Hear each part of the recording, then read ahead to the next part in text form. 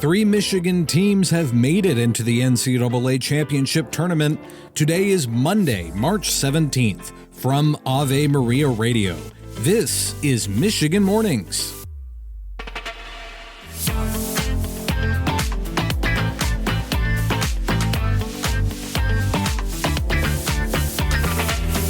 Good morning from Ishpeming. I'm Matthew Handley. Today is the memorial of St. Patrick.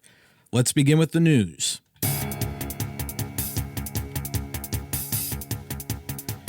The Holy See Press Office has released Pope Francis's first photo since entering the hospital in February. The image, released yesterday, shows the Holy Father in the chapel at Gemelli Hospital, where he concelebrated the Mass. The Vatican also says his condition remains stable and he is continuing with his prescribed therapies. Here in Michigan, public health officials have announced the first case of measles in Michigan this year.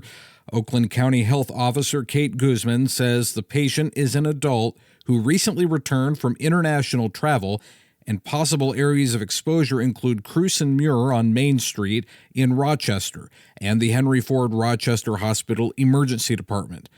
As of Friday, there have been 301 confirmed cases of measles this year in the United States. To West Michigan now, where a new missile defense site is being considered at Fort Custer.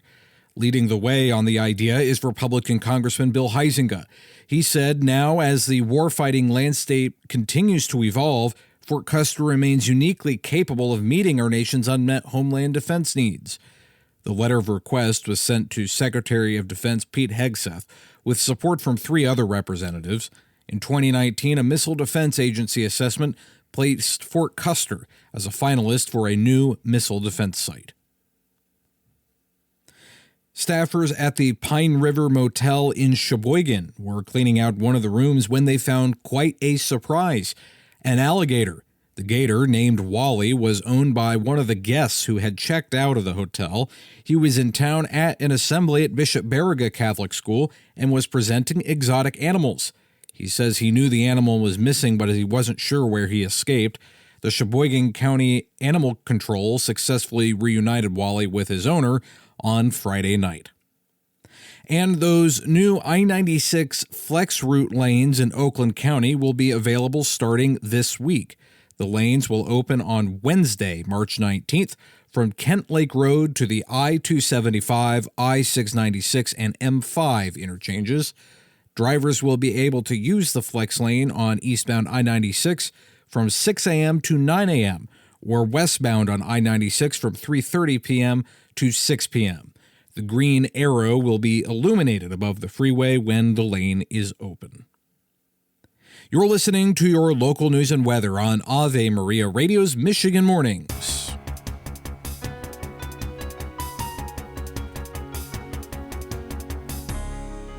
Now this.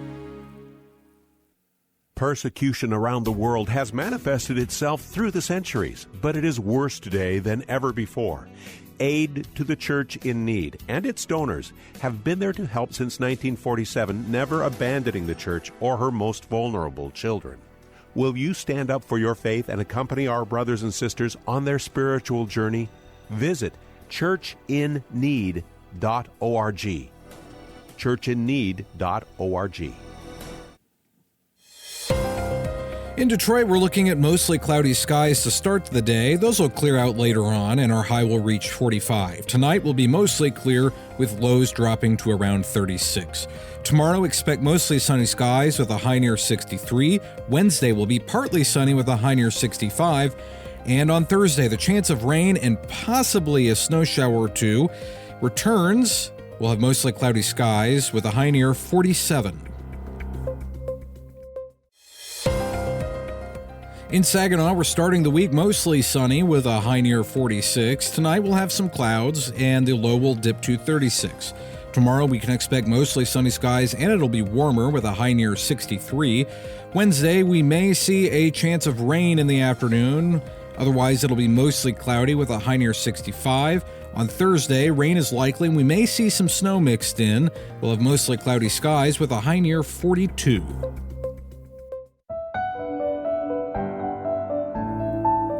I have two obituaries to bring to your attention this morning. Sister Dorina Gonzalez, OP, passed away on March 10th.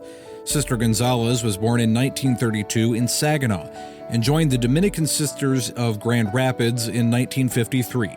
She taught at several schools across the state, including in Muskegon, Grand Rapids, Saginaw, and Gaylord. She was 92. And Sister Agnes Mary Wojtkowiak passed away on March 8th.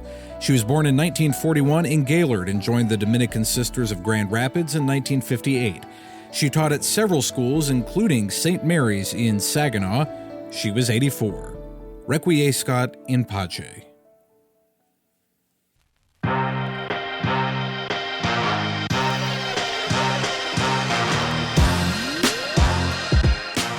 Welcome back to Michigan Mornings. I'm Matthew Handley.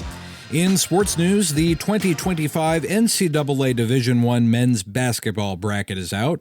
After Michigan beat Wisconsin to claim the Big Ten championship yesterday, the Wolverines were given the number 5 seed in the South, and they'll take on the number 12 seed UC San Diego on Thursday. After being knocked out of the Big Ten tournament on Saturday by Wisconsin, Michigan State was given the overall number 2 seed.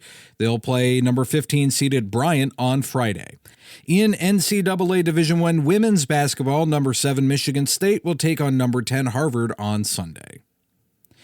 In political news, President Trump is being blocked from using an 18th century wartime law to deport migrants. On Saturday, Trump announced he was going to use the Alien Enemies Act of 1798 to give himself more authority to target and deport certain migrants. A district court judge had preemptively barred the removal of some migrants under the act for the next 14 days. Then later on Saturday, the judge expanded his decision to apply to, quote, all non-citizens in U.S. custody. The Secretary of the Treasury says he's not worried about recent stock market losses over uncertainty about President Trump's trade tariffs. Appearing on NBC's Meet the Press, Scott Bessent said the president is just correcting the dangerous policies of the Biden administration. Bessent added he doesn't expect any financial crisis. He said corrections are healthy, and in the long run, the stock market will be more stable. Bessent said he believes the tariff set to take effect on April 2nd will strengthen the economy by making global trade more fair to the U.S. I'm Matthew Handley. That's going to do it for this edition of Michigan Mornings on a Monday. Lord willing, I'll talk to you again tomorrow. Until then, goodbye.